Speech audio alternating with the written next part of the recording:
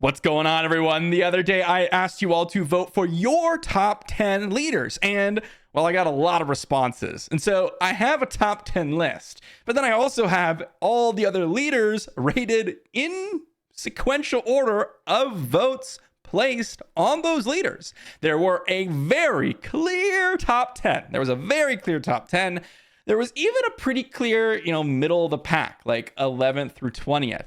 As we get a little bit lower, that's where we have like only a couple of votes sprinkled in. There even are a good, more than a dozen leaders that have absolutely zero votes, which is how it probably should be.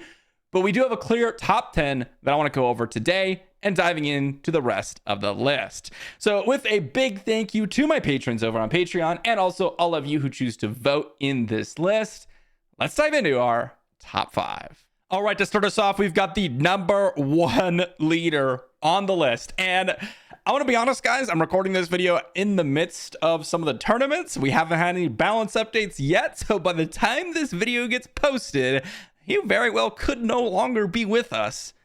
Jango Fett, number 1 here. Now, I think this is pretty consistent across the board. I don't really know of any other person that's going to dispute the fact that, at least as of during this first weekend and the earlier portions of set 4, Jango is an absolute dominant force. Now, he isn't quite as versatile as some other leaders in the top spots, in my opinion.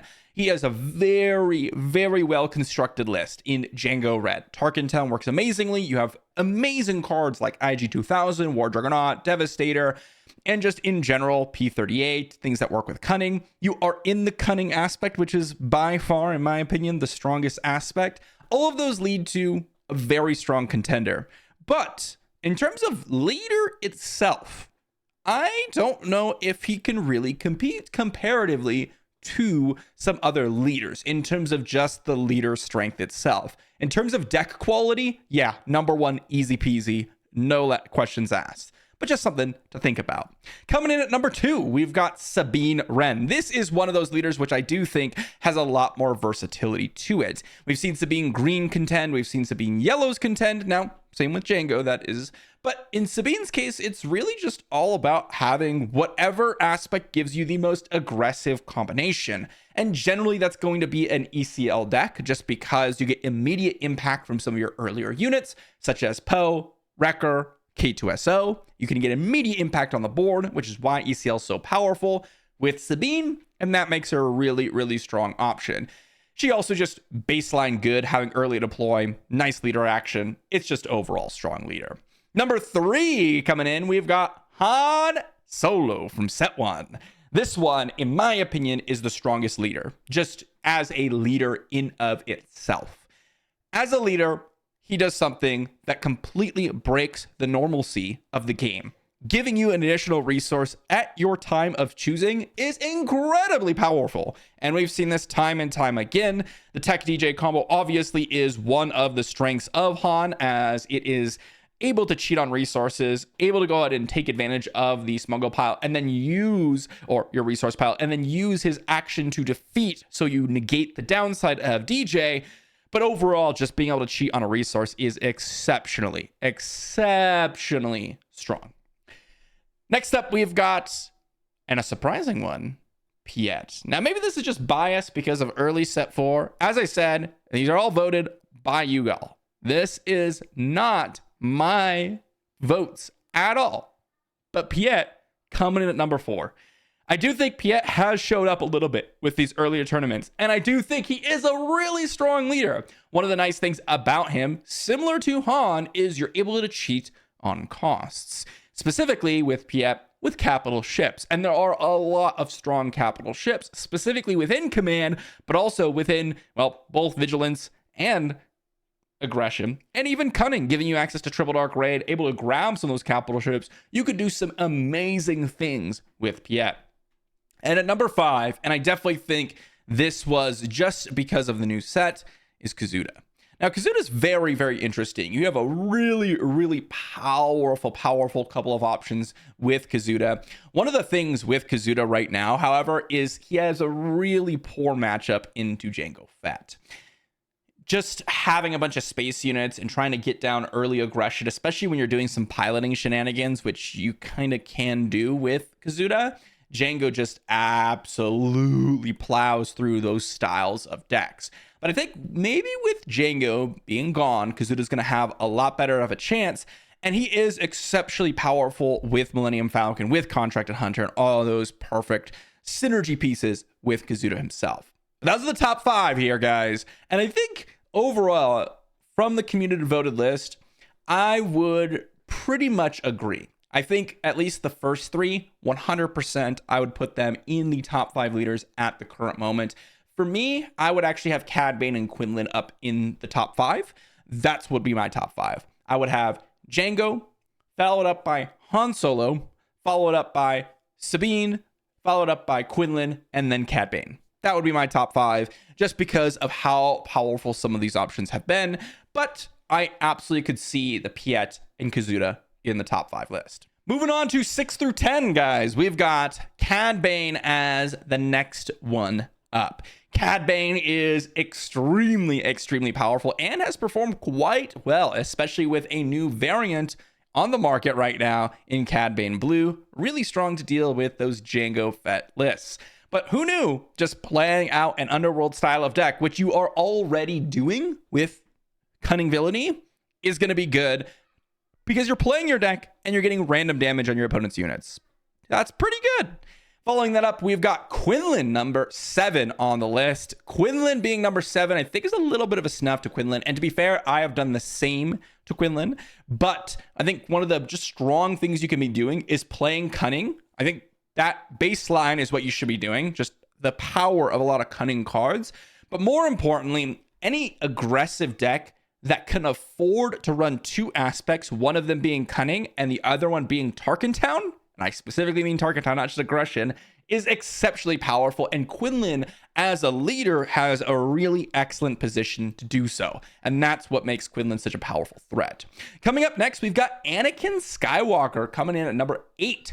Number 8 for Anakin Skywalker is, well, I'm a little bit proud for that one. I think Anakin actually does have some extremely powerful abilities. And this guy does have something that really benefits a lot of mid-range heroism decks. I think the biggest thing that's holding back Anakin is the fact that that archetype just ends up being a little bit weak, especially to Django Fett. Having your action purely rely on the ability to have readied up units is, well, not really good in the face of Django. But being able to trade up and then get a payoff in your leader deploy in of itself is really strong. Next up, we've got Emperor Palpatine at number 9. I do think Emperor Palpatine is one of the contenders for very consistent. He is just the go-to payoff for those later game decks. Playing a leader that deploys super late in the game, but also essentially removes an opponent's unit. And not only that, but recruits it to your side. My goodness, is Palpatine strong. And that's the reason why he's always remained pretty consistently at the top. Next up, and another surprising one, we've got Boba 4. So brand new Boba Fett, the indirect damage dealer, the non-combat damage dealer, really quite a strong contender. Really does put on a lot of pressure. The new Fett's Fire Spray is a massive problem for opponents when you're coming up against Boba Fett, coming down and dealing essentially 3 because of Boba Fett's leader trigger. Indirect damage is incredibly strong. Now, of these ones, I think there are a few that have good decks and a few that have really strong leader abilities. For example, I think Cad Bane is a really strong leader ability. I think Anakin is a really strong leader ability, and Flip in general. I also think Palpatine is a really strong leader ability and Flip. And same thing with Quinlan. I'm not quite sure about Boba. I think he's just really benefiting, and he does have a decently strong leader in that the extra damage every single turn potentially can be good, but I'm not sure if he's on par with some of these ones. In terms of, well, as I said earlier, I put Cad Bane and Quinlan in the top 5, but for 6 through 10, I would definitely have Anakin, Palpatine in here. I would probably be dropping Piet and Kazuda into this tier, and I think I would have Bossk or Han 2 in the 6 through 10 list, just based on how powerful those leaders have been. Next up, we're going to do a little bit of rapid fire because we're going through the 11th through 20th spots from the vote We've got Boss coming in at number 11, Kira coming in at number 12, Ray at 13, Thrawn at 14, and Han 2 at 15. I think this makes a good amount of sense. I think Boss, Kira, Ray, and Han all have had their time in the spotlight and have done some good work. Ray specifically being a great mid-range option, Boss being the quintessential hard control list, Kira being that mid-range Vader list, right, with the villainy Vader command that's just so powerful, and then Han in just multitude of different ways, specifically Han Blue at its peak just being an absolute menace to deal with. I'm not so convinced about Set 4 Thrawn. I think this guy's a little bit too high. He could do some extremely powerful things, and his leader ability is one of those that I do want to look out for. Of the ones on this list, Thrawn has the potential, I think, to be up there just because of how strong that ability is to get extra value from when defeated triggers. At number 16, we've got Gar Saxon. 17 is Vader 4. 18 is Luke 4. Yoda is at number 19. And Kylo, or I take it back. Yes, 19. And then Kylo's at number 20.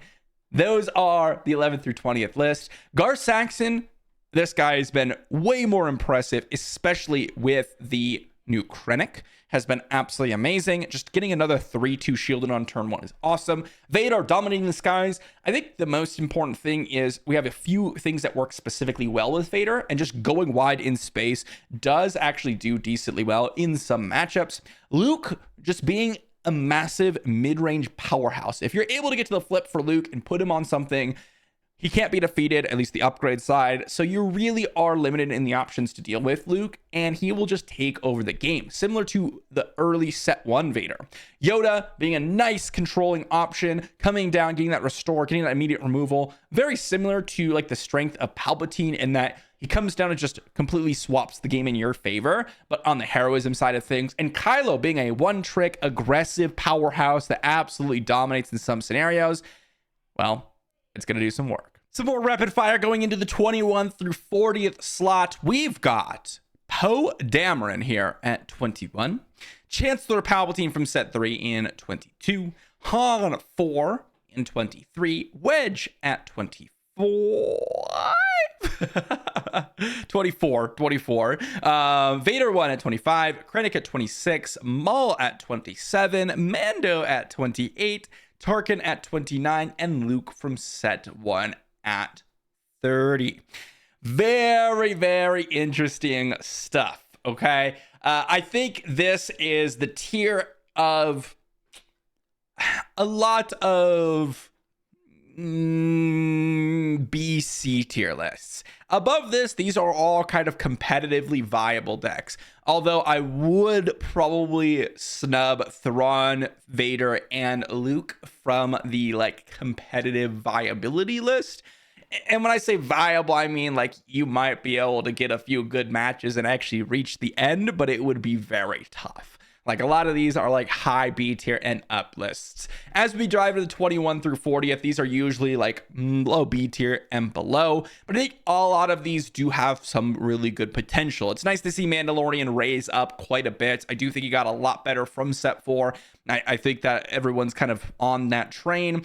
Poe Dameron, nice little combo, but not quite as strong as we were hoping. Han, not bad with the odds. Wedge, definitely one track, similar to Kylo Ren. I think Vader 1 is also, well, kind of a weaker control variant or more late game variant than Palp.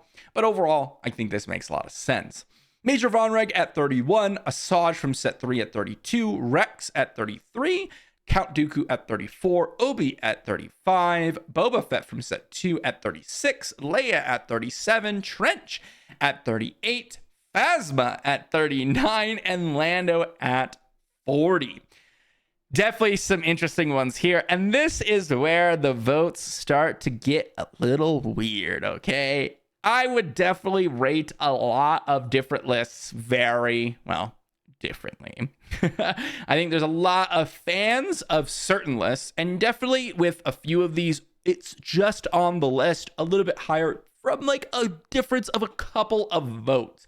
We're at the stage, especially down here, we're only getting like, below the tens of votes for a lot of these individual leaders, and that can definitely skew it just based on the fans of the leaders themselves. As I said, it's a community voted list, so I didn't have any control over what people voted for. I think there's a few definite good ones. I think Rex got a significant bump up with Unity. That's definitely a powerful card. I do think Asajj got a good amount better. Vonreg, I think, is a little bit snubbed here. I think he should be a lot higher. Definitely did some work and even did a top 8 recently. Dooku got a lot better with Invincible and Invisible Hand. Boba 2, Leia, both got a lot new tools in set 4. Phasma, I'm not as impressed with Phasma, but hey, we did do the Captain Phasma list for you all. And then Lando coming in here. Guys, I am not as big of a fan of Lando, but I know there's some Lando green lists rolling around out there that some people have come up with, which aren't too bad. Trench, another one. Just not quite as viable as a late game powerhouse compared to some other ones higher up on the list. As we dive into the 41 through 73 slots, I figured I'll put the ones up here that actually maintained votes, which were Wat Tambor, Bo-Katan, Ahsoka Tano, Nala Se, Dr. Aphra, Fennec Shand, Moff Gideon, Chewie, and Hera. Every other leader on the list did not receive a single vote, which makes sense, to be honest. Of course, Boba Fett from set 1 was omitted from the list simply because he is banned. But every other list, I think, is in that stage where probably just not that great anymore. You could argue for Iden, which did have some options available to her. You could also argue for Mace Windu. He was performing pretty nicely. Heck, you could even argue that one of those should be higher up than some of the other lists up here. Like Lando might be wanting to drop a little bit lower, Hera maybe a little bit lower, Chewie, etc. But I think when you get past like the top 30 leaders, those ones actually do have some viable options that do some good work. But as you start to get to the very, very bottom tiers, these ones are like, okay, you can pick up a win. Like you can pick up a win with any leader in the game. Don't get me wrong, but it really is a lot more difficult. Overall, I think the top 20 is pretty accurate. Like, I don't think my top 20 would be all that much different. I think the two that I'm not quite, or three rather, that I'm not quite as convinced about in the top 20 that everyone else seems to have up here, Thrawn, Darth Vader from set 4, and Luke Skywalker from set 4. I think that there are a lot of leaders from prior sets that should be up here over these guys. I think you could argue that Luke from set 1 could be up here. Krennic from set 1 could be up there. You could have the Major Vonreg. I think that guy is actually better than Thrawn and Vader and Luke in terms of performance. Those types of options could definitely be in that top 20 list, but definitely overall a pretty nice one. I think that the community votes are pretty accurate in this stage. Obviously, I interjected my opinions as I went through, but the actual rankings are purely based on the votes given in my top 10 poll. Basically, the top 10 is kind of what we saw in terms of showing up for the recent tournaments, right? I mean, there isn't really anything too crazy going on. The leaders that actually did put up results, Jango, Sabine, Han, Piet, Cad Bane, Quinlan, those were the leaders that put up results, really specifically. Obviously, there was a few one-ofs like Vonreg that I had mentioned, but definitely a pretty solid list. Let me know what you think in the comment section down below, and stay on the lookout for more polls to participate in for the channel. Thanks for watching, everyone, and I'll see you all for the next one.